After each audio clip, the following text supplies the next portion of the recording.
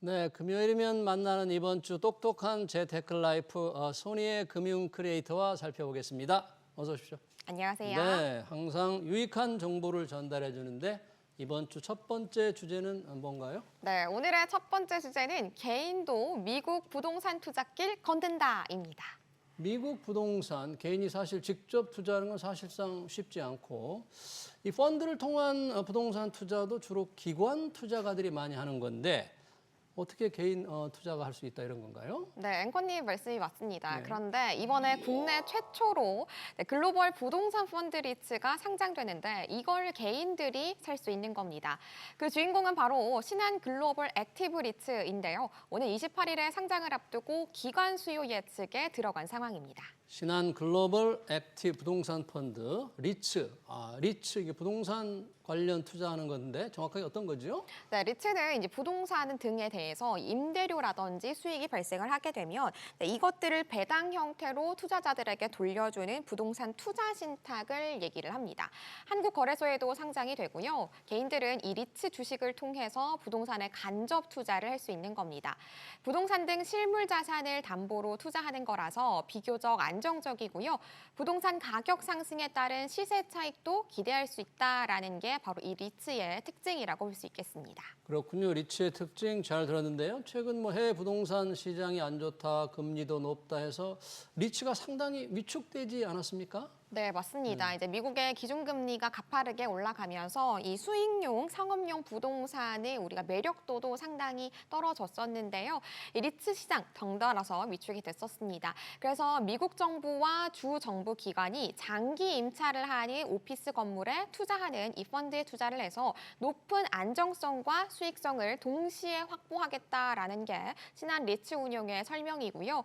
투자 섹터별 비율을 살펴보면요. 정부 인프라, 물류, 주거 등 다양한 섹터에 분산 투자하고 있다라는 걸 알 수 있습니다. 그렇군요. 미국 정부와 주정부 기관이 장기로 임차하기 때문에 임대료를 떼어먹힐 염려가 거의 없다. 상당히 안정성이 담보되는 것 같은데 이 상품의 또 다른 경쟁력은 무엇인가요? 네, 이 상품 같은 경우에는 일단 특별 배당을 정례화해서 투자자들에게 수익을 많이 가져갈 수 있도록 구조를 해놨다라는 게 특징이라고 볼 수 있겠습니다. 실물 자산에 직접 투자하는 일반적인 상장 리츠는 자산을 매각할 때만 특별 배당을 할 수 있는데요.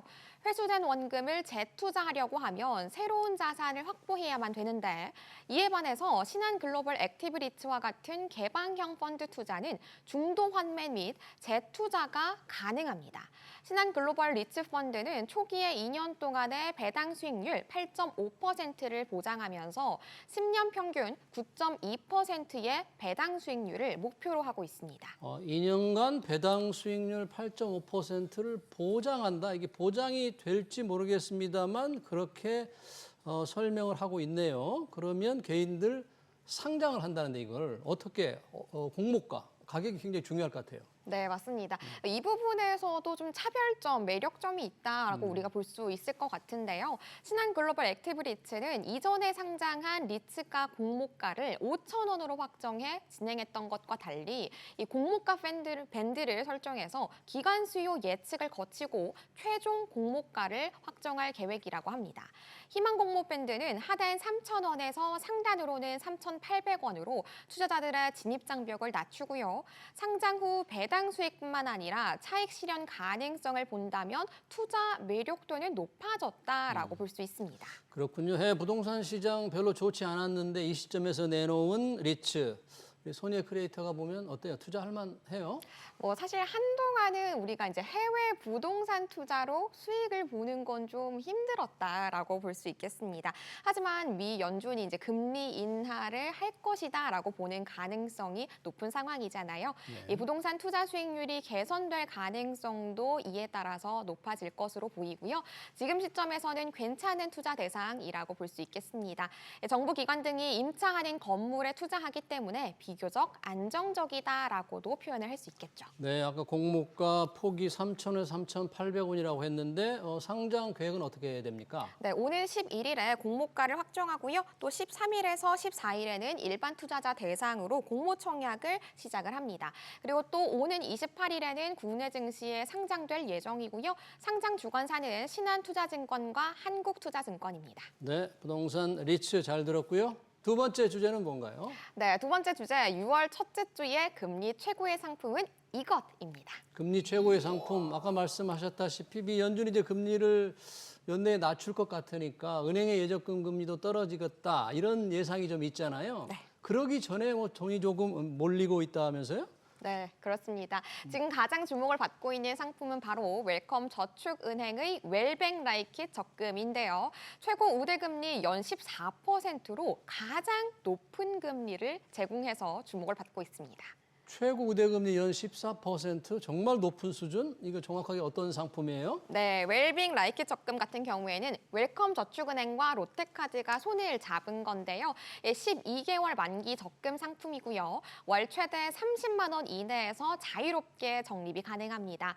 기본 금리는 연 2%가 제공이 되고요. 우대 조건을 충족하게 된다면 12%포인트의 금리를 더 받아서 최고 연 14%의 이자를 받을 수 있는 상품입니다. 네, 기본금리 2%, 우대금리가 12%인데 역시 중요한 게 우대금리죠. 우대금리 조건은 어떻게 됩니까? 네, 우대금리 조건은 크게 세 가지로 나눌 수가 있습니다. 첫 번째로는 롯데카드 결제 계좌를 이 당행, 그러니까 웰컴 저축은행의 입출금 계좌로 지정하고요. 3개월 이상 납부할 경우 2%포인트, 로카라이킷 카드로 12개월 통틀어서 50만 원 이상 누적 사용을 했을 때에는 7%포인트, 로카라이킷 카드로 통신비 및 공과금 등 자동이체 납부 실적이 3개월 이상일 때에는 3%포인트가 제공됩니다. 단, 카드와 관련된 우대금리 제공의 경우에는 적금 가입 직전에 6개월간 롯데 개인 신용카드의 실적이 없는 고객을 대상으로 한다라는 것도 유의해야겠습니다. 네, 우대금리 12%나 되니까 다 갖추기가 좀 쉽지 않게 들립니다. 네. 예금 부분에서 가장 높은 금리를 제시한 상품은 어떤 건가요? 네, IM뱅크로 이름을 바꾼 대구은행의 상품인데요. DGB 함께 예금 상품이 최고 우대금리 4.15%로 가장 높은 우대금리를 제공하고 있습니다. IM뱅크의 4.15% 상품, 정확하게 어떤 상품이죠? 네, DGB 함께 예금 같은 경우에는 20일부터 선보인 약 1조 원 규모의 고금리의 상품인데요. 개인 1인당 가입 한도가 별도로 정해져 있지 않은 DGB 함께 예금은요. 한 이 개당 기간 동안에 총 판매 한도 1조 원 내에서 우대금리 조건에 따라서 연 기본 3.7%에서 연 최고로는 4.15%의 금리가 적용된다라는 게 특징입니다. 네, 대구은행이 이제 이름을 IM뱅크로 바꿨죠. 시중은행이 된 기념으로 해서 얼마 전에 보니까 연 20% 적금을 출시했다고 홍보하던데 야, 이거 뭐 첫날 서버가 다운됐다고 하죠? 네, 연 맞습니다. 20% 이건 어떤 상품입니까? 정말 어마어마한데요. 이 상품 때문에 오전 한때는 2,000명 정도가 서버에 한꺼번에 몰리면서 서버가 다운이 됐었습니다. 이 상품은 단기 소액 적금으로 비대면 온라인 전용 상품인데요. 시중은행 전환인 6월 5일부터 7월 7일까지 32만 계좌에 한해서 판매될 예정이고요. 60일 만기의 자유적립식 정기적금으로 기본 연 4%에서 최고로는 연 20%의 금리를 받을 수 있습니다. 납입 가능 금액은 100만 원에서 적게는 5만 원으로 1일 1회 납입 가능합니다. 1일 2회다. 그러면 매일 적금을, 매일 예금을 해야 된다는 얘기죠, 이게? 네, 맞습니다. 네. 매일 우리가 납입을 하게 되면 이에 따라서 우대금리도 붙는 펀 세이빙 상품이다라고 볼 수 있겠습니다. 데일리 우대금리 6%는 납입회당 0.1%포인트씩 적용되고요. 60일을 하루도 빠짐없이 돈을 넣게 되면 모두 받을 수 있습니다. 플러스 우대금리 10%는 총 40회 납입 시에 2%포인트가, 50회는 3%포인트가, 60회는 5%포인트가 붙습니다. 이 역시 60일 모두 돈을 넣기만 하면 전부 챙길 수 있는 혜택입니다. 2달간 매일 납입을 해야 된다. 그럼 매일매일 납입해서 최고 금리로 받으면 실제 받는 이자 수입은 얼마나 됩니까? 네, 매일 최대 5만 원씩 그리고 60회를 납입해서 우리가 최고 20% 금리가 적용이 되면요. 원금 300만 원 기준이 되고요. 세전 이자로는 5만 137원이 됩니다. 여기에서 이자 소득세 15.4%를 제하기 때문에 세후로 우리가 받을 수 있는 이자는 4만 2,416원이 되겠습니다. 뭐라고요? 42,416원. 네, 그렇습니다. 두 달간 매일 예금을 해서 5만 원씩 최대금을 예금해서 받는 게 이자가 세후 42,416원. 야, 뭐 연 20%라고 해서 기대가 컸는데 납입 기한은 짧고 이 납입 금액도 적고 실제 챙길 수 있는 이자도 그렇게 많지 않네요. 듣고 보니까 조금 속는다 이런 느낌도 드는데. 네, 그렇게 생각하실 수 있습니다. 사실 우리가 매일 납입을 해야 되는 거고요. 예. 그리고 전 기준으로만 봐도 5만 원대의 이자이기 때문에 약간 헛달감을 느끼실 수 있을 것 같은데요.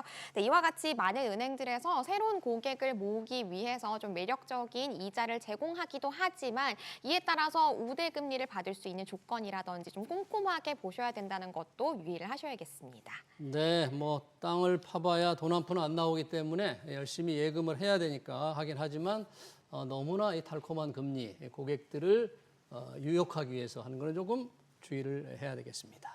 세 번째 주제는 뭡니까? 네, 세 번째 주제는 개미들 초고위험 ETF 직구한다입니다. 초고위험 ETF를 직구한다. 그럼 해외 시장에 상장된 아주 위험한 ETF를 개인들이 많이 산다. 이런 건가요? 네, 국내 증시에도 사실은 다양한 ETF 상품이 있는데요. 이 초고위험의 레버리지 상품은 규정상 금지돼 있어서 투자자들이 해외 시장으로 눈을 돌리는 겁니다.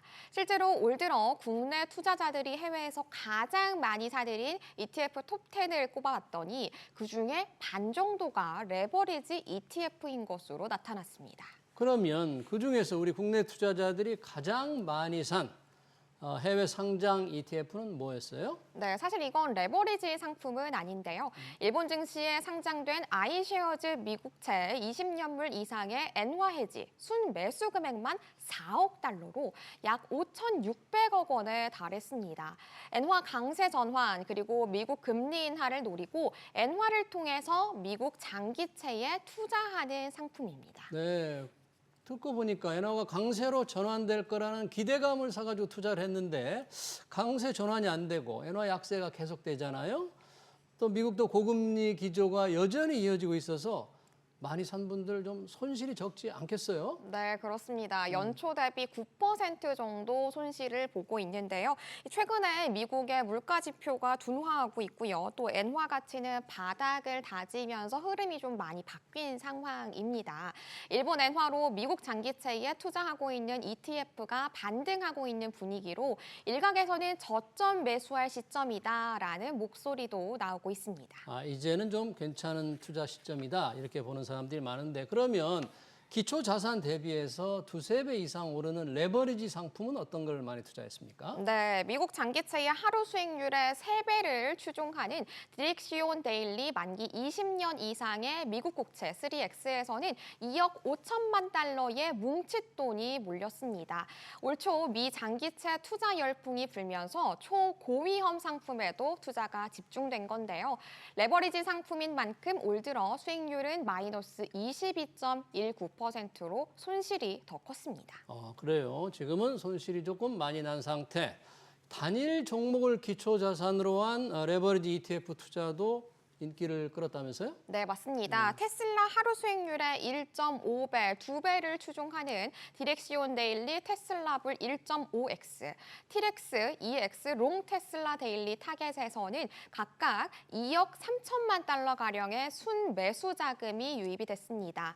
그래니쉐어즈 1.5X 롱 엔비디아 데일리는 순 매수 1억 7천만 달러를 기록했고요. 그러네요. 해외 주식의 인기가 좀 높아지고 있는데 국내 ETF 시장에서도 해외 주식형 상품 많지 않습니까? 근데 왜 해외 시장에 직접 투자하는 겁니까? 네, 이제 올 들어서 우리 국내 ETF 시장의 개인들의 순매수 상위 10개 중에 7개가 이 해외 투자형의 ETF였습니다.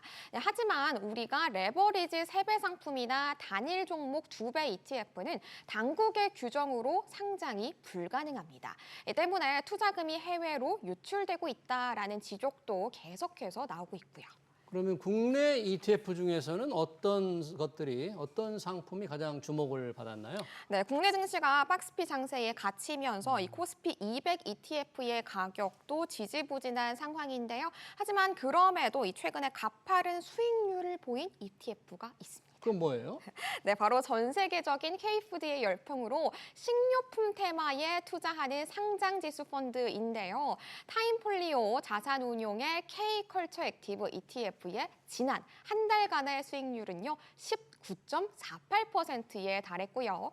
NH 아몬디 자산운용의 하나로 NF K푸드 ETF는 12.51%의 양호한 수익률을 기록을 했습니다. 여기에 공통적으로 들어가 있는 기업은 바로 삼양식품입니다. 삼양식품 요즘 주가 상승세 놀랍잖아요. 자, 불닭볶음면 인기가 뭐 아주 하늘을 찌르던데요. 네, 맞습니다. 네. 이 불닭볶음면이 SNS, 유튜브 등등 챌린지 등등에 이제 힘을 입어서 굉장히 열풍을 불고 있는데요.